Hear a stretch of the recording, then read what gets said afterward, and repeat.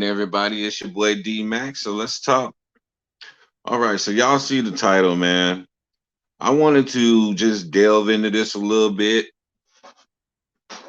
because a lot of people don't know the origins of the hillbillies. And when we think of hillbillies, we think of that stereotype, the dumb old white hick who got on the suspenders with no shirt up under it, and he got a piece of grass hanging out of his mouth, and he barefoot. Basically, the same way that they portrayed the black slave man or the black African American man, they just changed the skin color, but they gave them basically the same stereotype of being dumb, ignorant, not knowing anything. And so we're going to explore why there's such a commonality between the hillbillies and African Americans. Well, we're going to have to go back to about 1600s, and we'll go to Scotland, and then you will see that back then you had the Catholics and you had the Protestants.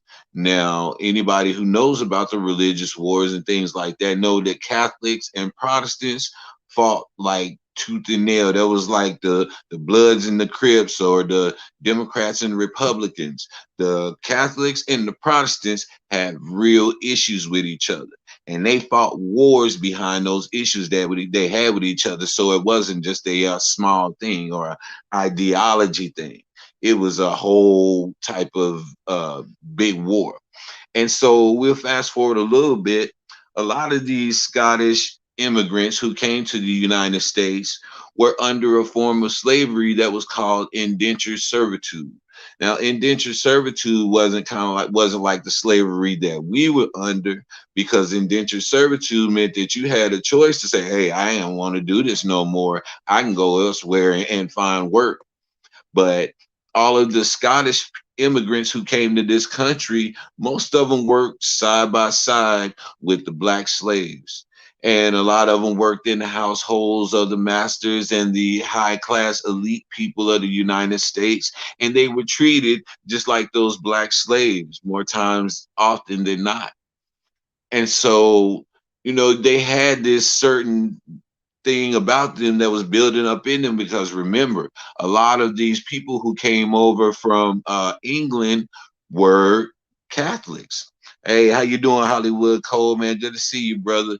Yeah, man, I just want to expound on this a little bit, because people have these stereotypes that we always push off on people, and these hillbilly people ain't what us as black people really think. They're a whole lot more to them, and they have a whole lot more commonality with us than people think. So we need to be knowledgeable about this stuff so that we can talk properly in its right context. That's why I brought this up, man. So I appreciate you noticing that, bro. But yeah, getting back to it, man. So you have these Scottish people who came over here. They were being treated just a slight step above the African American slave, and they got tired of it. So after a while, they started to go up north, or wherever else they could go to find decent work, or they started to head into the hills, into the mountain areas, because originally where they're from in Scotland, they were known as the hill people. That's where you get that word hill from. And the Billy part came from, well, they were under King William, and they fought for King William, and that's where they get the Billy part. Billy is a nickname for William. So you put it together, you got Hillbilly. And so these people, when they got over here and they did the indentured servitude, and then they started to figure it out, well, man, we ain't got to work for these people. Look at all this land out here that they don't even take any consideration to. We can get up in them hills, y'all. We can hunker down in them hills like we did back home, and we can make a place for ourselves. And that's what these Scottish immigrants did. Salute to y'all for that. And they went up into the hill country, and they dug in, and they made themselves something, their own civilization up there, basically. Now, you remember the show, if you're in your 40s or stuff like that, you can go back. There was a show called The Beverly Hillbillies about Jed Clampett and his family. And if you look into the origins of that show and the Clampett family and stuff, that's a old Scottish name, Clampett. You know what I'm saying? But we wasn't picking up on the game back then and what they was really saying, and we was just seeing it on a surface level. But those hillbillies, those Scottish immigrants who went off into the hills and they made their own civilization up there, people were like, well, they ain't hurting nobody. You know, they ain't really asking us for nothing or wanting for nothing from us. So, you know, let them do their thing. And that's basically what happened. And so a lot of these people that are up in the hills that we like to pick at and throw these stereotypes at, them people come from the same background as us. No, they weren't stolen and brought over here. In most cases, they weren't, but they still ended up in the same situation as us. And they took that situation and they took a part of the land that nobody wanted. Nobody wants to. Who wants to live in the mountains? Who wants to climb up and down hills? Who wants to be at the behest of rocks falling on them and stuff? Nobody wanted that area. And so they took what nobody wanted and they made it theirs. This is what these people did. And so I'm guilty of talking about people in that fashion. Oh, hillbilly, yo, hillbilly hick. And when we talk about racist people, we want to throw that word hillbilly out there. We want to throw that word redneck out there. Now, the word redneck, it came from the collar that they used to wear on their uniforms when they were over in Scotland. It was red. And so the back of their neck was covered with that red uniform. And that's where they got the word redneck from. And so when you out here, you talking about a redneck and you talking about redneck, racist, hillbilly, cracker, this or that, you know that you don't even know what you're talking about. I know that you don't know what you're talking about. And anybody who has any knowledge knows that you're speaking from a place of ignorance, just like when you say the other slurs about any other ethnic group that you do with the stereotype behind it. And so when I look at these people now, I look at them differently. I look at them like, yo, you came over here, man. You endured a lot. You made the best of your situation, and regardless of what people call you, you still maintain your civilization with your people. So I give y'all the utmost respect for that. And there may be some people out there who say, "Oh man, well, how you gonna just live and talk about you on a team? Who team?" Because remember, those English settlers, those elite high society people don't look at those hillbilly people as one of them. They'll never accept them as one of them. Matter of fact, back in the 40s and 50s, the hill people used to come down out of the hills and try to get work in some of the cities, in the factories and stuff. And they would treat them worse than they would treat a black man. Matter of fact, they would hire a black worker before they would hire one of those hill people. This is in the 40s and 50s. So they know what the struggle is. They know what it means to be marginalized. You know what I'm saying? But we look at them, and just because their skin happens to match another person's skin, we're going to lump them all together. But then we'll jump back and be like, don't lump us all together. All blacks ain't the same. You got Jamaicans, you got Africans, you got. Well, guess what? It's the same thing on the flip side. Not every European comes from England. You know what I'm saying? Not every person with white skin is an English person or the elite or one of them, as we like to coin the term, the white man. You know what I'm saying? That's another term that was divisive because it was used to set the actual elite apart from those other non England or non Catholic white people.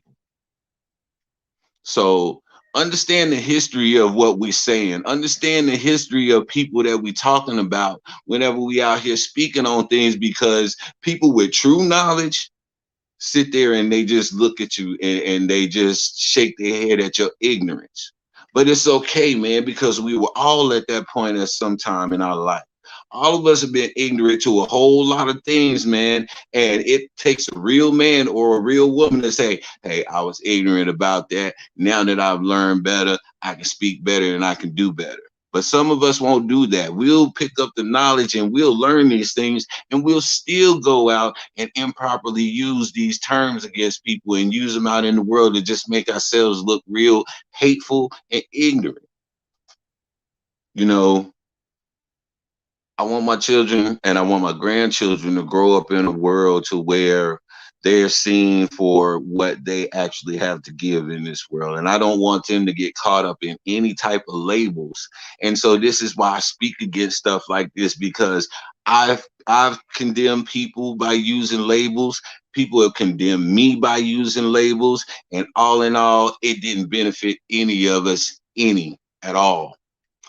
And so, if we're going to change this country, if we're going to change our society, if we're trying to make things better, we got to get out of these labels and this old stereotypical mindset that we carry for so many centuries, man. It's crazy. The answer is right there in front of your face, and it's so obvious, but you can't see the forest because of the trees.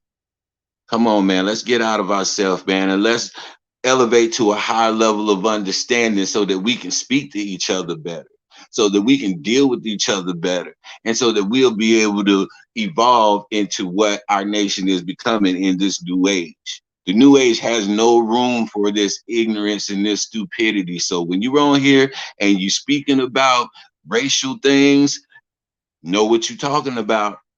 You better know what you're talking about, because there's some brothers and some sisters out here that will tear you apart if you don't know your stuff. And I'm one of them. I'm always going to bring it correct no matter what side it goes to. I love to play devil's advocate, and I will do so if your point is not well spoken or well thought out.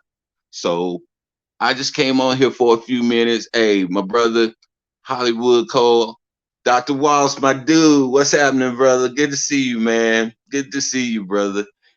This is another dude that be definitely breaking down some real knowledge, man. Y'all go over to the Dr. Walsh show. I say this right often. I always try to give my people plugs, man, every time I can think about it. So charge it to my head, not my heart, if I don't do it. But go to Dr. Walsh show, check my brother out, because he's doing some special things. There's a lot of us out here doing some special things, man. You say you wilding on an island. I feel you, brother.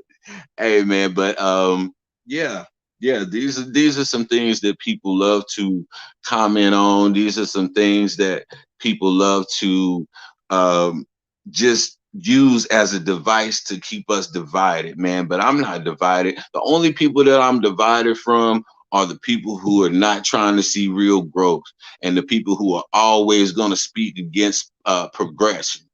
If you're speaking against progression and growth and evolution of this country, because it's inevitable that we're going to change. Mindset's going to change, society's norms are going to change. All of this stuff is changing. And so we're going to have to be able to compensate for that, man, if we want to have a better world for our children. See, the people who are out here with that negativity and all of that hate and that anger, they have no foresight. They can't see past their own anger. And so when you got people like that, then you're going to keep this certain level of mindset in your nation, and you'll never be able to get past that. But we have to start to ignore these people. We have to drown them out. We have to let them know that they're straight up obsolete in this world that we're in now. It's just like the old saying about a bully. If you don't feed into his negativity and into his energy, then pretty soon he gonna get bored. Same thing with a class clown. We dealing with a whole bunch of class clowns and bullies, y'all. That's what we dealing with out here. And how do you deal with them? You starve them out, bro. You starve them out.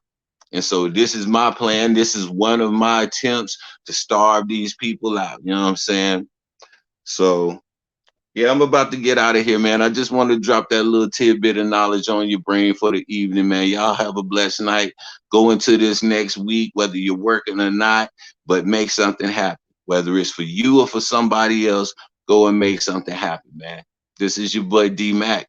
Y'all know what I say, man. Sticks and stones can break your bones, but the word can always heal you. I'm out.